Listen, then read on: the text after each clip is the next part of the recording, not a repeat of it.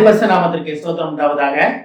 இன்றைய ஜீவவார்த்தை நிகழ்ச்சியை கேட்டுக்கொண்டிருக்கும் அனைவரையும் கர்த்தருடைய பரிசுத்த நாமத்தினால் வாழ்த்துகிறேன், ஆசீர்வதிக்கிறேன். இன்றைய தின தியானத்திற்கு தேவன் கொடுத்த வேத பகுதி, அது சங்கீத புஸ்தகம் 5ஆம் சங்கீதம் 3ஆம் வசனம். சங்கீதம் 5:3. கர்த்தாவே, காலையிலே என் சத்தத்தை கேட்டருள்வீர். காலையிலே உமக்கு நேராக வந்து ஆயத்தமாகி காத்திருப்பேன். இன்றைய தினம் காலையிலே அதிகாலையிலே தேவன் உங்களோட சத்தத்தை கேட்பதற்கு ஆயத்தமாக இருக்கிறார். தேவன் உங்கள் சத்தத்தை அதிகாலையிலே கேட்பதற்கு விருப்பம் உள்ளவராக இருக்கிறார். அப்போ காலைதோறும் கர்த்தருடைய கிருபை புதிதாக இருக்கும் படிக்கும். அப்போ அந்த புதிதான கிருபையை பெற்றுக்கொள்வதற்காக, நமக்கு தருவதற்காக அதிகாலையிலே தேவன் ஆயத்தமாக இருக்கிறார். ஆனால் தான் இதில் பாருங்கள், நாளாக சங்கீதக்காரர் சொல்லியிருக்காரு, காலையிலே உமக்கு நேரே வந்து ஆயத்தமாகி அமர்ந்திருப்பேன், காத்திருப்பேன். அப்போ காலையிலே தேவ சமூகத்தில் காத்திருப்பதற்காக தேவன் நம்மளை அழைக்கிறார். நம்ம காலையில் எழுந்துகிறோமா, காலையில் எழுத்து பற்றி படுத்துக்கிறோமா, அதிகாலையிலிருந்து தேவனை தேடுவதற்காக தேவன் நம்மளை அழைக்கிறார். அதிகாலையிலே தேவ கிருபை புதிதாக உண்டு. அதிகாலையில் என்னை தேடியோனை கண்டடைவான்னு பைபிளில் படிக்கிறோம். எல்லாம் தெரிஞ்சுக்கிட்டு நம்ம அதிகாலையிலிருந்து தேவனை தேடுவதாக காணப்பட வேண்டும். ஒருவேளை வயதான பலவீனங்களில் நீங்கள் கொஞ்சம் நேரம் தூங்கலாம், அதை பற்றி தப்பு கிடையாது, தேவனுக்கு தெரியும். ஆனால் உங்களால் முடிந்த வரைக்கும் பலம் உள்ளவர்கள் முடிந்த வரைக்கும், வாலிப பிள்ளைகளும் அந்த நல்ல வயசில் இருக்கவங்களாம் முடிந்த வரைக்கும் காலையிலே அதிகாலையிலே எழுந்து தேவனை தேடுவதற்காக தேவன் உங்களை அழைக்கிறார்.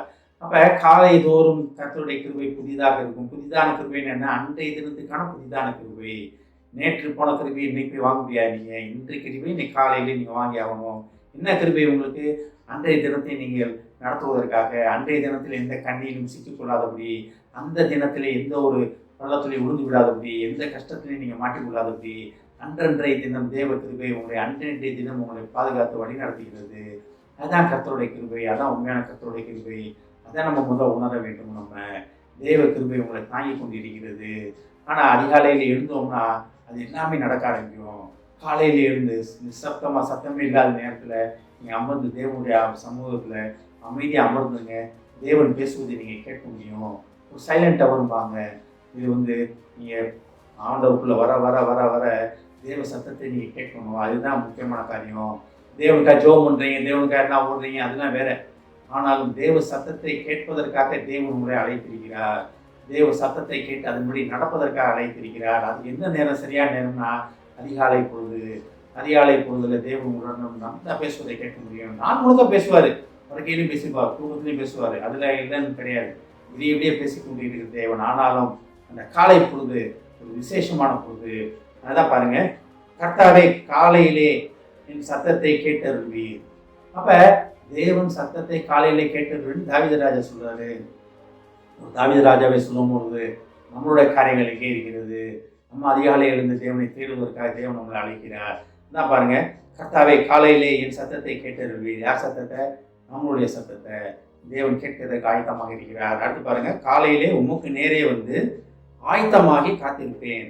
அதிகாலையிலிருந்து நம்ம ஆயத்தமாகி, என்ன ஆயத்தம்? தேவ சமூகத்தில் உட்கார போகிறேன், அப்போ நான் எப்படி இருக்கணும்? அந்த ஆயத்தம் தான்.